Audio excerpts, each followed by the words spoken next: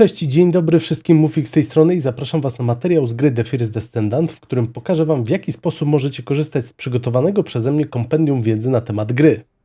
Tytułem wstępu może powiem, że postanowiłem stworzyć ten plik pomimo tego, że widziałem kilka stron, które próbowały zaadresować temat tego, w jaki sposób możemy sobie śledzić przedmioty w grze, czy też gdzie dropić poszczególne rzeczy, natomiast nie widziałem nigdzie takiego kompendium właśnie, które zbierałoby wszystko do kupy i pozwalało tak naprawdę w jednym miejscu trzymać informacje na temat tego, co już udało się zebrać, co jeszcze zostało do zebrania i pomóc szukać tych rzeczy. Dlatego właśnie spędziłem ostatnich kilka dni na tym, żeby tego typu plik stworzyć.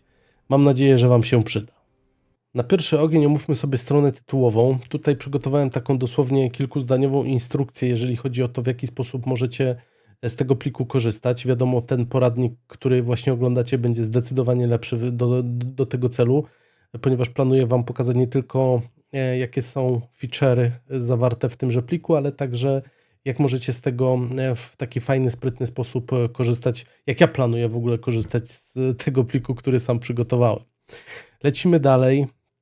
Kolejną zakładką jest zakładka z checklistą. To jest, powiedzmy, taki nasz pierwszy przystanek do tego, żebyście widzieli, żebyście mogli trakować te przedmioty, które już macie, te, których jeszcze nie macie, i zaraz Wam pokażę, co będzie się z tym dalej działo. Mamy tutaj kolumnę poświęconą na zestaw, gdzie jednocześnie mamy i potomków, i bronię. Możemy to sobie filtrować kolejną kolumną, tak żeby ograniczyć, powiedzmy, chcemy grzebać tylko po potomkach, no to tutaj jest do tego możliwość. Tutaj jest lista wszystkich elementów, które są w grze do skrawcenia, jeśli chodzi o zarówno potomków, jak i bronię. No i tutaj macie tą właśnie checklistę, która będzie tak naprawdę najistotniejsza w trakowaniu postępu tego, co już macie, czego jeszcze nie macie. Za chwilę pokażę Wam sposób zastosowania tego. No i tutaj jest informacja o materiałach, które są potrzebne do craftowania poszczególnych komponentów. I teraz może zanim pójdę po kolei po kolejnych zakładkach, to zatrzymam się tutaj i powiem o tych materiałach, bo z tym jest najmniej gadania. Tak naprawdę ta lista tutaj, ta checklista, którą widzicie na środku, składająca się, tak jak tutaj w podpowiedzi wrzuciłem, z fajeczki, kółeczka i krzyżyka, czyli dość proste, dość intuicyjne.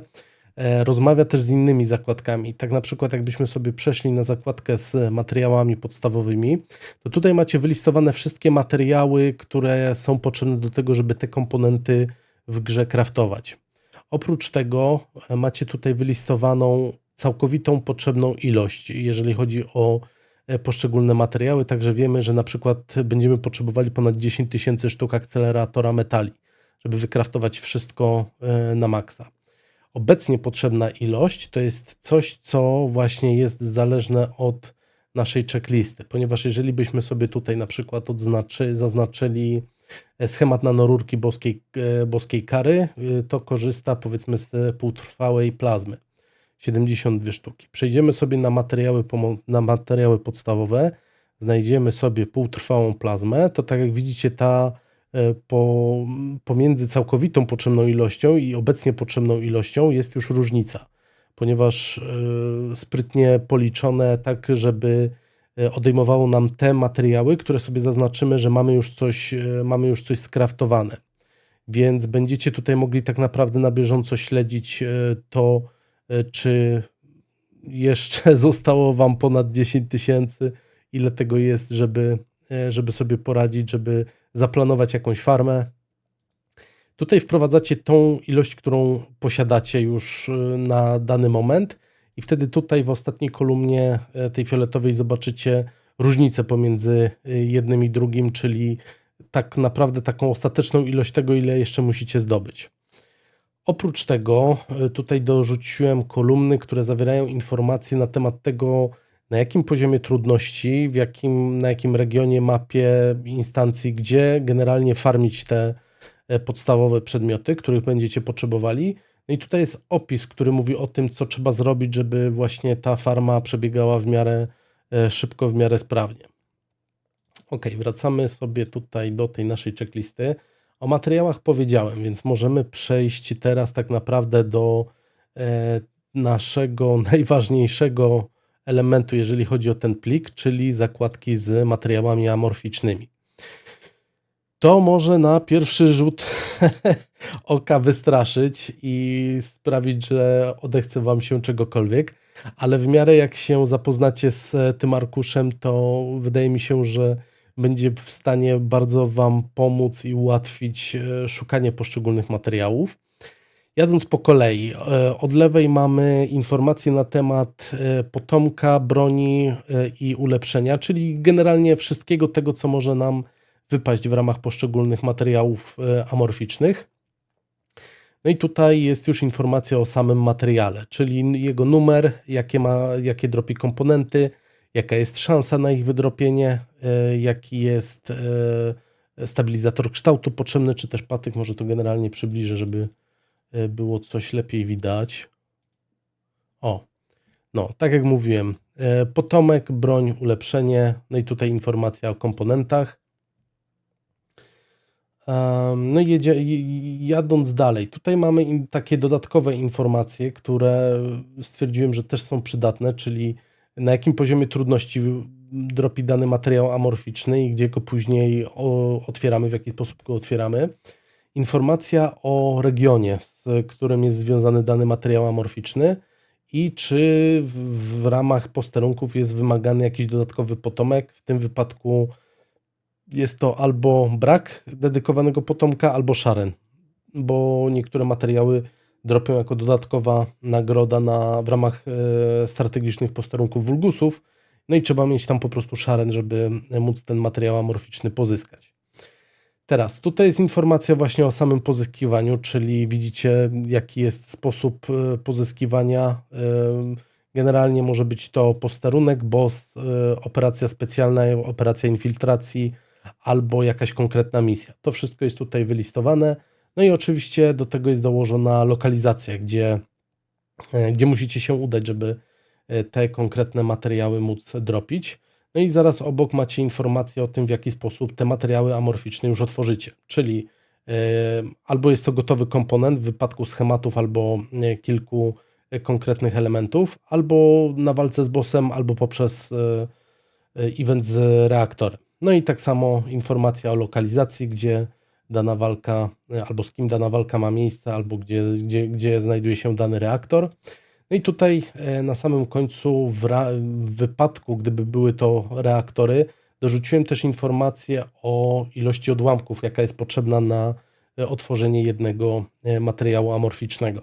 No i generalnie jak pracowałem sobie właśnie z tą listą, to stwierdziłem, że w sumie fajną sprawą byłoby, gdyby jeżeli mamy już zaczęty temat odłamków, to żeby go po prostu tak naprawdę dobrze zaadresować, więc dorzuciłem coś takiego, co jest po prostu konkretną listą, przeglądem, przejazdem przez wszystkie regiony, wszystkie krainy i wszystkie mapy. Pozbierałem informacje na temat tego, które atrybuty na niektórych lokalizacjach są potrzebne do otwierania, do startowania fragmentów. No i ile tych odłamków otchłani dostaniemy z odpalenia każdego fragmentu. No i przypuszczam, że tego typu mapę już mogliście widzieć nieraz. Ja osobiście też korzystałem z jakiejś, która była dostępna na necie. Natomiast tutaj przygotowałem coś, co przypuszczam będzie... Czegoś takiego jeszcze nie widziałem, żeby było gdzieś dostępne, ponieważ tu jest taki dodatkowy kalkulator, który pozwoli Wam śledzić informacje na temat tego, jeżeli wiecie, ile macie materiałów amorficznych, to ile odłamków, których i gdzie potrzebujecie, żeby dany materiał otworzyć. Jeżeli byśmy sobie tutaj wpisali, powiedzmy, nie wiem, materiał amorficzny numer 20, widzimy, że na jego otworzenie potrzebujemy 4 monomerowe i 11 organicznych odłamków otchłani. No i powiedzmy, że mam, nie wiem, 13 takich materiałów amorficznych. Chciałbym wiedzieć, ile mi to zajmie, żeby to otworzyć. No i tutaj z automatu nam kalkuluje, że 8 razy muszę zrobić torfowisko i raz muszę zrobić upadłą arkę, jeżeli nie mam żadnych własnych fragmentów na chwilę obecną, czyli powiedzmy startuję od zera. ale jeżeli byśmy sobie na przykład wklepali tutaj informację o tym, że mam już powiedzmy ze 130 tych odłamków, no to tutaj nam się oczywiście te ilości przekalkulowują. Także mam nadzieję, że ta opcja Wam się przyda i pomoże w ogarnięciu, które materiały amorficzne, gdzie otwierać, na których reaktorach. Tutaj jest taka dość prosta instrukcja, która ma określić Wam, podpowiedzieć, co się dzieje, czyli który materiał amorficzny chcecie otwierać, ile razy go chcecie otwierać, jakich odłamków i ich ilości będziecie potrzebować. Ta informacja w pierwszym rzędzie pokazuje tylko powiedzmy podstawową ilość na jeden materiał amorficzny, a tutaj już jest przemnożona przez ilość. Tutaj wprowadzacie informacje na temat tego, ile macie odłamków, no i tutaj dostajecie różnicę, ile jeszcze ich będziecie potrzebować. No i na podstawie tego jest kalkulowane to, co tutaj widzicie, że tak naprawdę podpowiada nam, że będę musiał zrobić w takim wariancie raz torfowisko i 2 razy upadłą arkę. Te 4 strefy, te 4 powiedzmy miejsca, gdzie odpalamy fragmenty, nie są wybrane przypadkowo.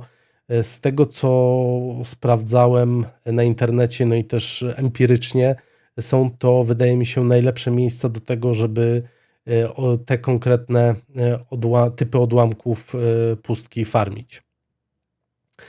I czy coś jeszcze, może o czymś zapomniałem, zrobię szybki przegląd, ale wydaje mi się, że to by było wszystko.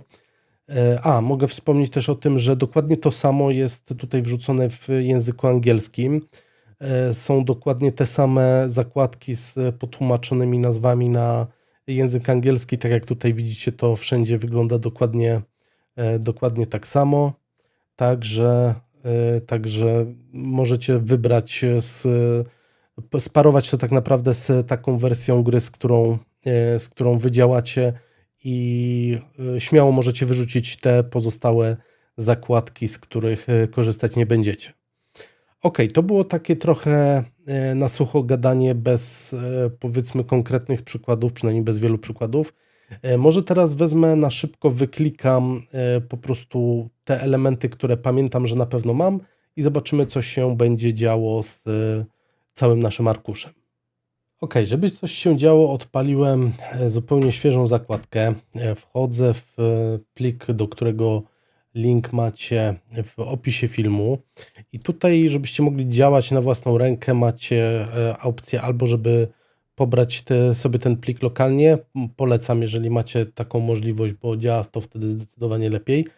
Albo po prostu tutaj możecie to zapisać bodajże jako plik arkusza Google i wtedy Wam zrobi waszą własną kopię. Dokładnie tak. I teraz myślę, że możemy sobie po prostu przejść przez te konkretne zakładki, które tutaj Wam wcześniej pokazywałem. Ja może pokażę też takie powiedzmy trochę skrótowe działanie, bo nie musicie wszystkiego klikać oczywiście, jeżeli chyba że chcecie, to wtedy możecie. Ja natomiast jestem zwolennikiem trochę tak jakby przyspieszania własnej pracy i wiem, że na przykład mam doskonałą bany, mam doskonałego Ajaxa i doskonałego Lepika. Dobra, zacząłem od descendantów, tak będzie myślę najprościej. To, co tutaj sobie w tym momencie wyklikałem, możemy sprawdzić na tej zakładce.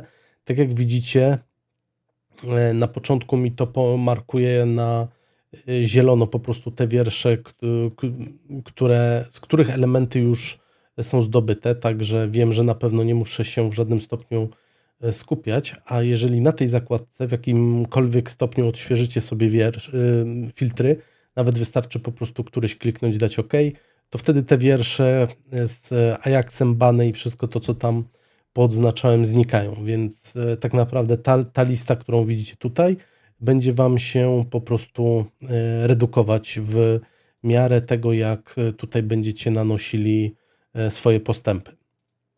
To jest jedna rzecz taka powiedzmy bardzo przydatna, bo pozwala lepiej zarządzać tymi materiałami amorficznymi, które macie dostępne.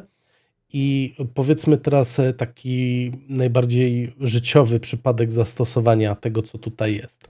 Załóżmy, że ja przykładowo mam jeszcze niezdobytą doskonałą glej i chciałbym teraz usiąść do tego, mam, nie wiem, wolne popołudnie, chciałbym sobie wybrać te elementy, które tą doskonałą glej pozwolą mi farmić. Więc tutaj chyba trzeba kliknąć wyczyść w tej wersji online. Zaznaczam sobie doskonałą glej i tak jak widzicie, mamy tutaj wylistowane tylko te materiały, które tą doskonałą glej pozwolą mi dropić. Jeżeli, nie wiem, ja pamiętam, że kod doskonałej glej już mam zdobyty, więc mogę go sobie odfiltrować. No i tutaj widzicie, że pozostają tylko te elementy, które chcę dropić. Tutaj jest wylistowana ich szansa procentowa, więc tak naprawdę wszędzie na jedno kopyto. Dołożyłem też informację o stabilizatorze kształtu, więc jeżeli wiem przykładowo, że mam więcej patyków numer 5, to wtedy dobrym pomysłem jest skupienie się na tych dwóch przypadkach, na stabilizator i na katalizator, no bo wtedy patyk nam automatycznie zwiększy szansę. Dobra, to jak już mówimy o tym, to myślę, że wybierzmy sobie w takim wypadku ten stabilizator. Tak, żebyśmy mogli sobie taki konkretny przypadek jeden omówić. No i tutaj widzicie, że schemat stabilizatora doskonałej glei leci z 3 materiałów amorficznych 76, 92 i 104. Teraz wszędzie jest taka sama szansa procentowa, więc tutaj nie mam zbyt dużego pola manewru. Na trudnym poziomie trudności, jakkolwiek to brzmi, zawsze mam z tego bekę. No i tutaj zaczyna się coś ciekawego, bo widzimy, że są to 3 różne regiony i sposób pozyskiwania to są albo 2 różne operacje infiltracji, albo posterunek.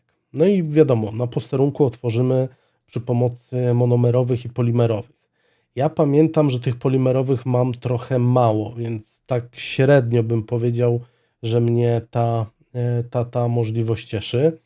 Co tu dalej jest? Mamy 2 operacje infiltracji. Albo grobowiec, albo objawienie tajemnicy. Więc jeżeli preferujecie którąś z tych misji, no to możecie sobie wybrać. Ja bym się tutaj sugerował tym, że jest boss jako pochłaniacz. Mamy dokładnie taką samą szansę procentową we wszystkich 3 przypadkach, więc przypuszczam, że ja osobiście dzięki temu filtrowaniu byłbym w stanie wybierałbym tą opcję z grobowcem. Jeżeli miałbym jakiś zapas większy tych monomerowych i polimerowych, to pewnie bym się skusił na posterunek, na kombo posterunku i reaktora. No i generalnie tyle, jeżeli chodzi o tą zakładkę. To jest tak, powiedzmy, taki konkretny przykład, w jaki sposób możecie sobie tutaj trakować, co potrzebujecie zrobić. Z odłamkami otchłani pokazywałem przed momentem, co się dzieje, a w materiałach podstawowych szału nie ma, bo tylko nam kalkuluje, ile tego wszystkiego będziemy potrzebować. Ok, wydaje mi się, że w takim wypadku na tym może sobie taką prezentację zakończymy. Mam nadzieję, że ten plik, który za chwilę będziecie wyklikiwać na własną rękę, przyda Wam się. Wiem, że ja na pewno będę z niego korzystał. Jeżeli macie jakieś pomysły, które mogłyby go usprawnić, chcielibyście, żeby coś ciekawego się jeszcze w nim znalazło, macie jakąś myśl, co powinienem tutaj jeszcze dorzucić, śmiało zostawcie informacje na ten temat w komentarzu. Nie obiecuję, że to się tam znajdzie, ale myślę, że taki punkt zaczepienia, który pozwoli mi chociaż w jakimś stopniu próbować rozwijać ten plik, na pewno się przyda. Będę bardzo wdzięczny za wszelkiego rodzaju komentarze, a na razie to tyle, także oby do zobaczenia.